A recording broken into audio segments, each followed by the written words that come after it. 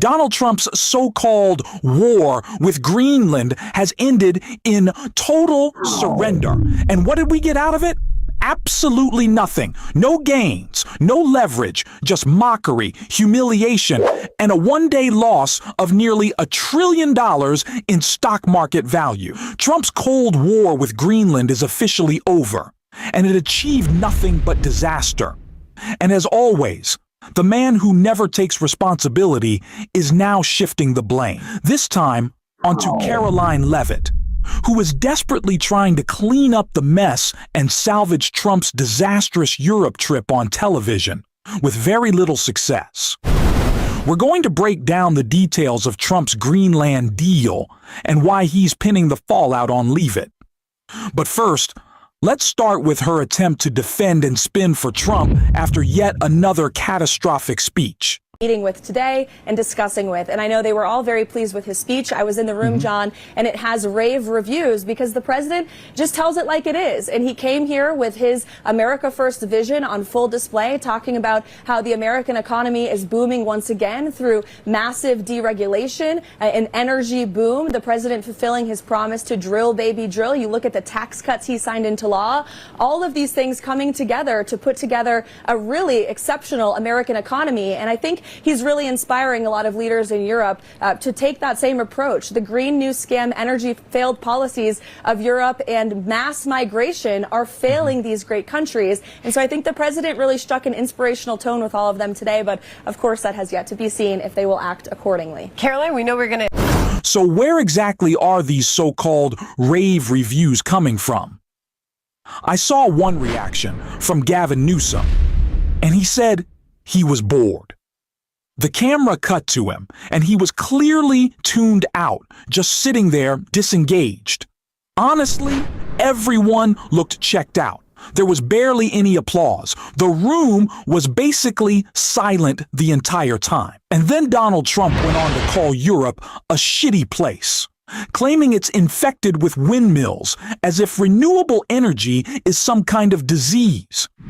So again, where were the rave reviews? I don't see them. Caroline Leavitt keeps insisting they exist, but it's hard to take that seriously. And I guess the reality that nobody liked the speech finally got to Trump because he ran straight to Truth Social to announce his big Greenland deal, which, in reality, isn't much of a deal at all and doesn't get him what he wanted. We're going to look at that post, how Trump responded to the backlash, and how, once again, he shifted the blame onto Caroline. Trump wrote on Truth Social, based upon a very productive meeting that I have had with the Secretary General of NATO, Mark R.D.E., we have formed the framework of a future deal with respect to Greenland and, in fact, the entire Arctic region. The solution, if consummated, will be a great one for the United States of America and all NATO nations. Based upon this understanding, I will not be imposing the tariffs that were scheduled to go into effect on February 1st. Additional discussions are being held concerning the Golden Dome as it pertains to Greenland. Further information will be made available as discussions progress.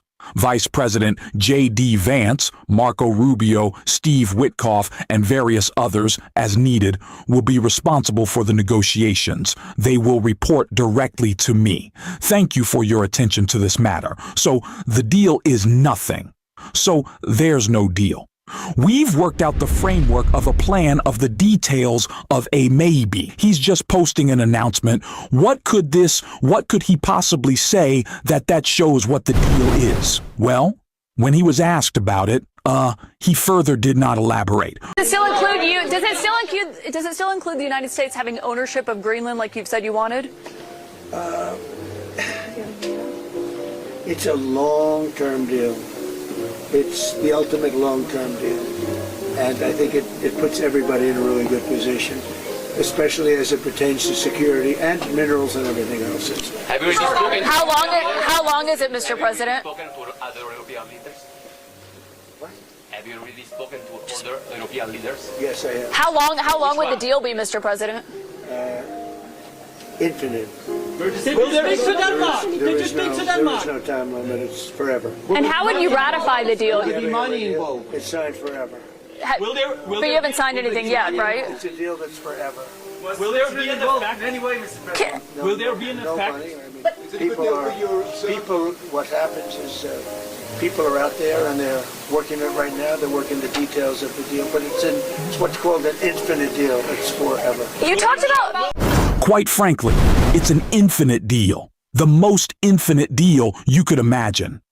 And there is nothing more Trump than creating a problem that never existed, didn't need to exist, and then declaring victory for fixing it while demanding applause. So we're not going to war with Greenland. Great. Does that mean Donald Trump is going to treat this like some kind of Peace Prize moment? Like he's going to say, I ended a war between Greenland and the United States. Just don't mention who the war was with. Nobody say it. Don't say it, Marco. That's pure Trump. He manufactures a crisis, pretends to resolve it, and then waits for praise. Meanwhile, the stock market lost $1 trillion in value. The tariffs he threatened wrecked the EU deal he claimed he secured, which, let's be honest, wasn't real to begin with. Now, the economy is paying the price. And who does Donald Trump blame for all of it? Carolyn Leavitt. In the old days, if you had good numbers, the market would go through the roof. Today, if you have good numbers, the market goes down. But by the way, we've had the best stock market in history, the best 401ks in history, and we inherited a mess. The numbers that we inherited were way up, and now we brought them, almost all of them, way down. We brought them way down. I mean, I'm not getting... maybe I have the bad public relations people, but we're not getting it across. We inherited high numbers and we brought them way down. The economy is bad. It's bad because of Donald Trump. It's bad because of tariffs. The coverage is bad because the economy is bad. The coverage is bad because you decided you wanted to start a war with Greenland, cut off our allies, threaten Europe, NATO, and our trading partners, and then turn around and say, wow, my PR is terrible. Carolyn, this is your fault. You need to lie better for me. Say the speech was the greatest speech ever. Say it rivaled Martin Luther King Jr. Say they're going to give me a holiday. Honestly, lots of holidays. And we love a holiday. My God.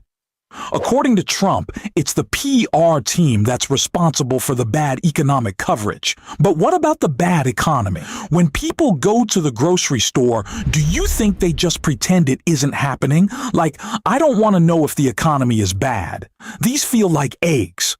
Mr. Trump, prices are lower. I think that's an apple. Are these the cinnamon rolls I wanted? Apples. Cinnamon rolls. Eggs. Honestly, that doesn't sound too bad. But this is Donald Trump again. He creates a problem, pretends it's fixed, does nothing, and then asks for applause. So what was he really after? There's no deal. We're not getting Greenland. We didn't want Greenland. We don't need Greenland. Trump will say, well, we can have military bases now. We already do. We can extract rare earth minerals. We already could. And he'll pretend he's the great negotiator in chief. Meanwhile, $1 trillion vanished from the stock market in one day. Our trading relationships have been permanently damaged. For what? For a situation that already existed. And Donald Trump blamed PR. He blamed his communications team. That's the problem, apparently. Or maybe you're just bad at the job. Maybe you're not the negotiator you think you are. Trump did accomplish one thing, though. He briefly got people to stop talking about Epstein. But now, according to James Comer, not the most reliable source, Ghislaine Maxwell is set for a House Oversight Committee deposition on February 9th. That is progress. And Comer was already humiliated for dragging his feet and failing to pressure Trump's administration to release the Epstein files. 1%. Great job. 1% is out. But that doesn't meet the law. Trump did manage to shift attention for a moment. I've tried to bring it back because Trump was never going to war with Greenland. He was always going to back down. He's insecure. He lacks strength. And we need to stop buying into the myth that when Trump announces something, it's inevitable. It's not. Trump was only going to take Greenland if Europe knelt, and Europe didn't. Macron basically looked at him and said, "What are you doing? Are you serious? Are you okay?" And that's how we need to respond to everything. We don't give an inch to fascists, especially not on Epstein. That's why it matters that people like Lawrence O'Donnell are keeping attention on it, like we just saw here. After a year in the White House, and he is tired. He is weary, and he mixes up words. He says Iceland when he means Greenland, which we've all done at some point. But that's the kind of thing for which Donald Trump and much of the Washington press corps would have attacked Joe Biden for days if he ever mixed up those words, getting a word wrong like that. Donald Trump spent an hour and 45 minutes at that microphone in the White House, and the word Epstein was never mentioned once in that room. But the word Greenland was, which is exactly the way Donald Trump wanted it to be today.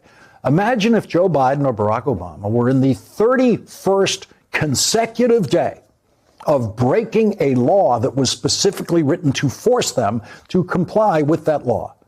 Imagine Joe Biden for 31 days violating a law passed by Congress requiring him to hand over documents. That's what Donald Trump is doing. Donald Trump is 31 days into violating the Epstein Files Transparency Act, which requires him to turn over the Epstein files to Congress. And he didn't get a single question about that today because almost every question was about Greenland, exactly as planned by Donald Trump. By the time Donald Trump took questions from the White House reporters today, Donald Trump was exhausted, and his answers were shorter than usual.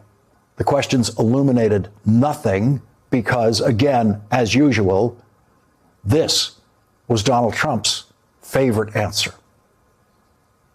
We'll see what happens. So we'll see what happens, but we'll see what happens. We're just going to have to see what happens, but, we'll find out. The overused, exaggerated term leader of the free world has never applied to Donald Trump. Donald Trump's governing affections have been showered more on dictators than on the leaders of democracies. The only love letters Donald Trump has exchanged in the White House are with one of the world's most murderous dictators, Kim Jong-un. The governments we think of as the major players in the free world are now all in a trade war with Donald Trump. And those countries today finally found their voice in a speaker not known for drama or exaggeration. Canada's Prime Minister, Mark Carney. Donald Trump cannot shift blame, distract, or deflect from this. It's not going to work. He has failed again. Sure, he may try to claim credit with Republicans or the right-wing media, but we'll call it out here on this show. As always, if you want to support that, hit the subscribe button, leave a like, and if you stayed till the end, drop a blue heart in the comments. And until next time, I will see you soon.